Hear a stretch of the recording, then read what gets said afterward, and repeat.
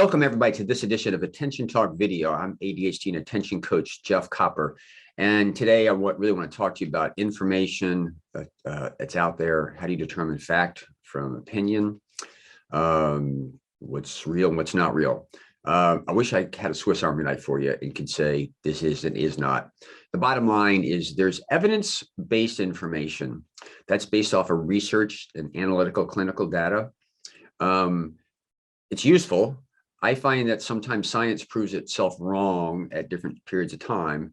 But needless to say is research is research. It's usually some type of evidence that's there, and sometimes we have clear indication, and that's kind of considered best practices. Now, then there's evidence informed. I'm going to try to kind of make a distinction on that. We interviewed Dr. Sarah Cheyette on Attention Talk Radio. We were talking about when you go to the doctor for a physical ailment, you sit there and they ask you questions about the history. Like maybe it's had something on your skin, like when did it show up? How long has it been there? Is it getting bigger? That type of thing. Then they do a physical examination. They take a look at the color, the size, whatever. And then they might do some type of a test, a biopsy, to determine what it is to diagnose what the problem is and solve it.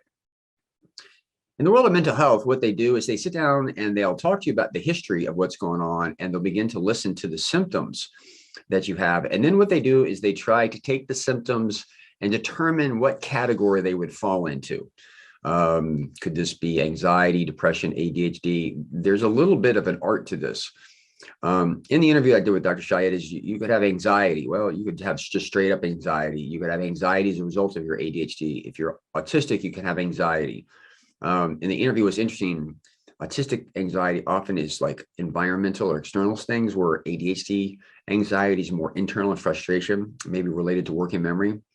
But so the idea really is it takes somebody who's done this for a period of time and some experience, where they have lots of information, they've done it over a period of time and they've practiced it. And so it's more of an evidence-informed decision. There's not it's not 100%, but we're taking the knowledge that we have out there, which is a deductive reason to try to figure that out.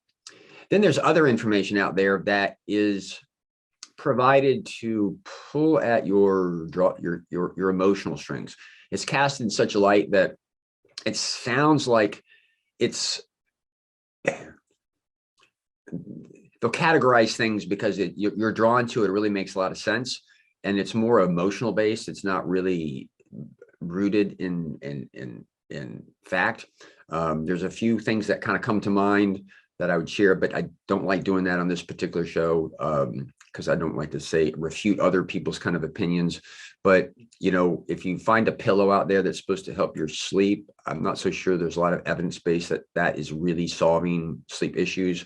Or we had a lot of organizations that were using computer programs that were supposed to help your attention. It sounded really good in theory. I think we finally disproved that stuff really doesn't work. There's an exception. There is Interactive RX, which actually there's a prescription out there on that, or there was one. But needless to say is really what you're looking for when you're looking for information is evidence based or evidence informed decision. And you get the evidence informed stuff for people that have experience, a lot of experience working in the world with ADHD and have some practical knowledge of that. Getting information from your brother or sister-in-law or somebody who just has ADHD, I'm not so sure is really that helpful. Publications to go to or resources: Children Attention Deficit Hyperactivity Disorder, or better known as CHAD, the Attention Deficit Disorder Association, the ADHD Coaches Organization, the National Research Center. Those are places to go to with a lot of evidence-based and a lot of evidence-informed information. They're all nonprofits that vet what they're doing. So they kind of like looking for best practices within some of that stuff. So those are really good resources to go to. I'm not so sure information from somebody on Instagram or Pinterest or TikTok about their experience is really evidence-based or evidence-informed information. Sometimes it's a little bit more subjective. So anyway, I hope this gives you a little bit of pause to think about what's there. In my experience, evidence-informed information is really, really good by somebody who's been practicing in the field and knows what they're doing. So anyway, hope this has helped you think. If you're new to our channel, please click the subscribe button. We'd love to have you join our tribe. Also, for our existing viewers, thoughts, comments, other resources that you find are valuable. With that, we hope you've enjoyed this edition of Attention Talk Video. Take care.